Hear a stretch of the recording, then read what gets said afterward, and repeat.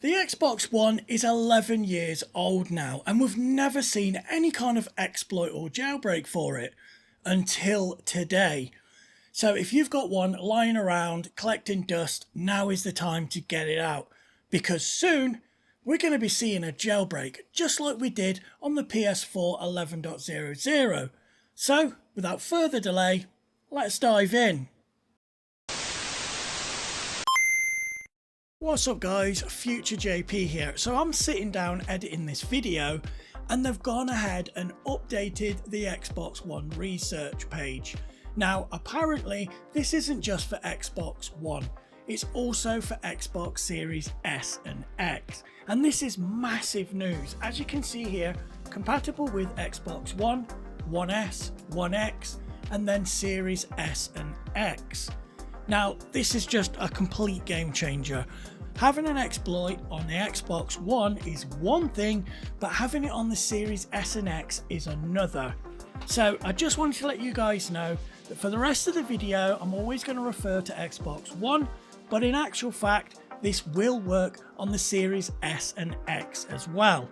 I've already got mine set up now, and the firmware version is exactly the same as it is on the Xbox One.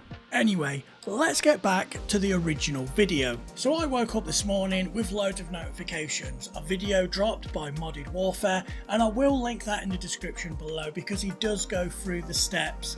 Really easy and clear to follow. In this video, I'm just going to briefly go over what you need to do, but if you struggle with any of that, go check his video out in the description. He was the first one to bring this news to YouTube. So what is the news? Well, it looks like there's going to be a jailbreak for the Xbox One real soon, but it looks like it's only compatible with the latest version of today. Now, we don't know when Microsoft's going to put out a patch update, and if they do, then unfortunately anyone that does update, or they might not have a choice but to update, then they're going to be out of luck and they're not going to be able to do this. So you want to do this ASAP. So what do you need to do? Let's jump on over to my Xbox One that I've got all set up, and we'll go through the changes that you need to make. So the first thing you need to do is update your Xbox to the latest version. And if this is in the future, keep an eye out for how to update your Xbox offline. So you can go from a really old version to this version, which is 10.0.25398.4478. That is the version that you want to be on, and of course that is the version that you can be on the Xbox Series S and X as well. The next thing you want to do is set the console as your home console. Mine was already set, but it's good to check to make sure that is the case. Next, we're going to go to change my sign-in and security preferences because we want to make sure it says no barriers. Now again, mine was already set up. So the next thing we're going to do is go to the Microsoft Store because we need to download an app. And the reason we need to do this now is so it's on the Xbox, because you're not going to be able to download anything after we change a few more settings. So go to the search function and type in game script. It should pop up. It says I already own it because I've already downloaded it. So just go ahead and download that, and then you need to run it at least once so the license is then attached to the Xbox. Once you've done that, you can just close it down. So the next steps we need to do is all about stopping the Xbox from phoning home and updating. So go to General, then Network Settings, and then we're going to change the DNS. So go to Advanced Settings, DNS, set it manually. So for the primary, go to 127.0.0.1, and then for the secondary, we're going to do the same, 127.0.0.1. Once that's been changed, just push back and it will check your connection. Now what it should say is DNS isn't resolving Xbox server names, and that's good. That's how we want it. Click go offline, and that is the Xbox fully set up, ready for that jailbreak or custom firmware, whatever it is when it comes out. So this is really exciting. We've never seen an exploit before for the Xbox One, and it's 11 years old now.